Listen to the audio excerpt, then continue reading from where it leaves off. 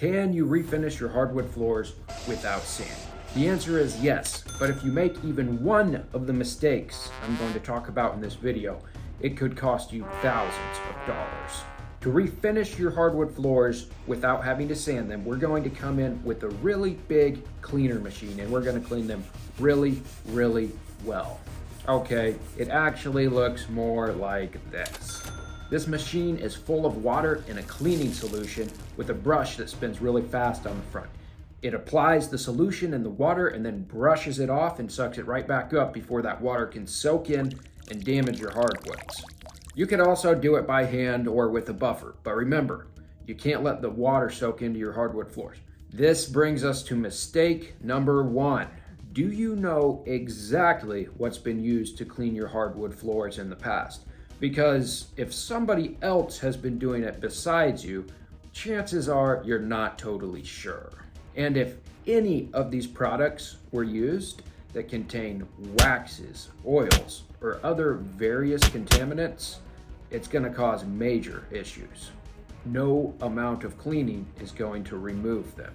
You see, wood is like a sponge, even when it's coated with polyurethane. You would think that the contaminants just stay right on top, but just like a sponge, they penetrate deep down into the pores. Cleaning these floors is kind of like cleaning this sponge. The top may start to appear clean, but down in the pores, we've still got issues. When you go to put on your new coat of polyurethane, it will peel or it will turn white.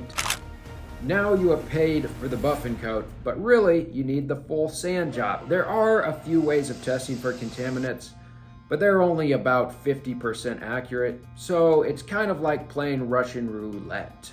If you don't know what your floors have been cleaned with, you don't want to have a buffing coat done. So let's say you do know what your floors have been cleaned with and it's only been water or the Bona cleaning solution we talked about, which by the way is the only widely available cleaning solution that I would recommend. I'll put a link to it down below. If that's the case, let's move forward with refinishing your floors without sanding. It's now time for light buffing. We are going to bring in a heavy-duty floor buffer and we're going to use what's called a screen on there, which quite literally looks like a round window screen that has abrasive glued to it. It's made for very light sanding and abrasion, and this is going to bring us along to problem 2. If the finish is old and it's losing its adhesion with the layer underneath, when you put this buffer on it, it's going to start flaking up. Now, you may be thinking, well, that's okay, just keep sanding that layer off. But it's not that simple. You can't just strip the finish off the floor with a buffer and a screen.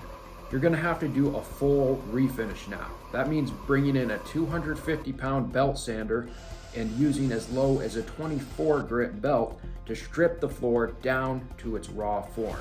So let's say the floor doesn't flake, we still could run into problem 3. Your floor is probably stained with a different color than what the wood actually looks like. A lot of times there's going to be boards that are slightly raised because of water damage or areas where the finish is worn very thin.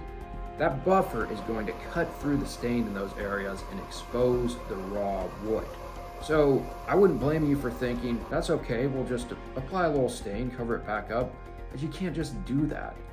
There's hundreds of stains out there between many different brands. Even if we do know what stain was used, we can't just do one tiny section of the floor. It will stand out like a bad automotive repair job. That brings us to problem 4. We get asked this a lot, so you can just do a little bit of light sanding to get this damage out, right? No. Unfortunately, we can't. If we try to do that, we're going to run into the same issue as problem 3.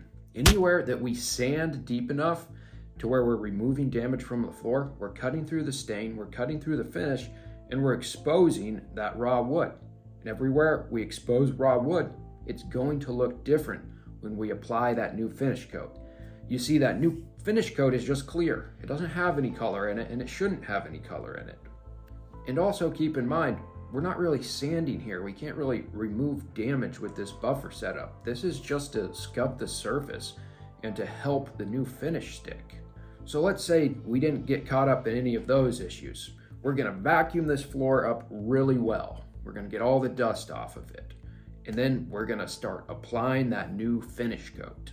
This brings us to problem 5. Do you know what finish was used on your floor before? Because we can't be totally sure just by looking at it. So if we put a finish down on top that is not compatible with the old one, it's going to peel or it's going to turn some funky color. That's why here at Lumberjack Flooring we do not do maintenance coats unless it fits 2 criteria. 1, it's a past customer and we were the last ones to refinish the floor, so we know what was used. And 2, the customer promises us that they've only used water or that Bona Floor cleaning solution to clean the floors. Don't get me wrong though, I'm not against maintenance coats. They're very important and you need one every 1 to 3 years. That number is going to depend drastically on how much craziness goes on in your house. If you have dogs, little kids, and you wear shoes in the house, you're going to be closer to that 1 year mark. You need to have that recoat done before any finish spots start to wear through. If you've already worn through the finish in a few areas, it's too late. You're going to have to do a full sand and finish of the project. I want to thank you for watching this video. If you liked it, you might also like the one right up here.